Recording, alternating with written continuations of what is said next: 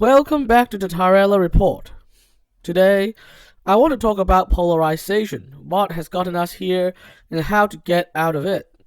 In light of recent events, Tulsi Gabbard and Dave Rubin had a chat about the current levels of polarization and the seriously negative consequences it has had.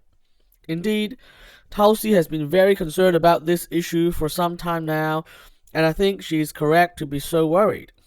I guess after all that has happened in the past few years, I think most of us can agree that polarization is bad, even dangerous. We should all work to put an end to it. But to do so, we need to think about where it comes from. What drives people to think of their fellow human beings as their enemy? The answer, I think, lies in conformity thinking. The current polarization that is happening across the West is bad because many people are sorted into two main camps, each with a set of expected positions on a wide range of issues, including the economy, the environment, cultural issues, and to some extent, even foreign policy.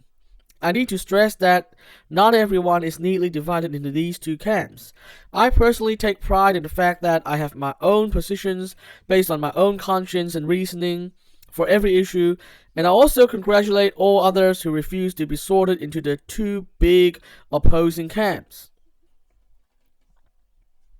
As a moral libertarian, I strongly believe that it is our moral duty to be independent thinkers, to arrive at our own conclusions with our own consciences.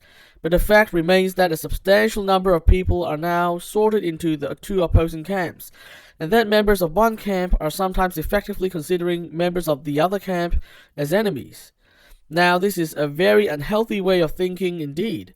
So how did we get to this point?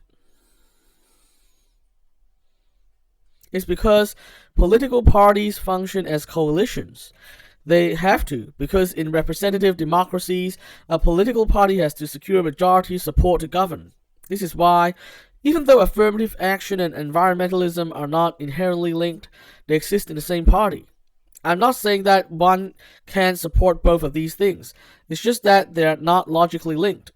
Similarly, even though religious conservatives and neoconservative hawks don't always agree with each other, they exist in the same party, which makes things awkward at times. Given that it is in the interests of the establishment politicians to smooth over this awkwardness, they are naturally inclined to encourage people in one faction of their party to support the positions of all other factions of their party. Therefore, religious conservatives were also encouraged to be pro-Iraq war during the Bush era, for example. The establishment-backed mass media has traditionally played the role of this messaging, and nowadays even social media is being used for this purpose, again backed by big establishment money. Now, this kind of coalition politics makes life easy for establishment politicians, but is very bad for producing morally sound policy, and the sharp division it creates is very bad for the soul of nations. Indeed, I consider coalition political thinking the root of much of today's political ills, including the dangerous levels of polarization. I mean, it's one thing that political parties have to build coalitions. It's certainly not healthy that the coalition becomes permanent and fixed across election cycles, and built into a cultural package that some people swallow whole as a default.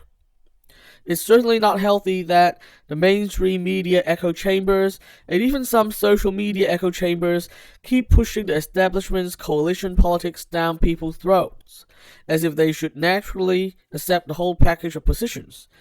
It dumbs down politics and creates a permanent us versus them attitude that leads to today's extreme polarization. Therefore, I think the best solution to deal with polarization is simply to encourage independent thinking.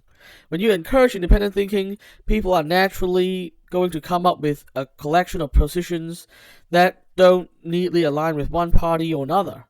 Somebody with such a collection of positions will find that different people become allies on different issues, and almost nobody would be a permanent enemy. Of course, the establishment won't like this, but society itself will become much healthier. Now, on a final note, Tulsi appears to be an independent thinker, but I'm worried that Rubin is aligning himself too closely to the Republican Party line, even though he doesn't think of himself as a Republican. I hope he seriously reconsiders this.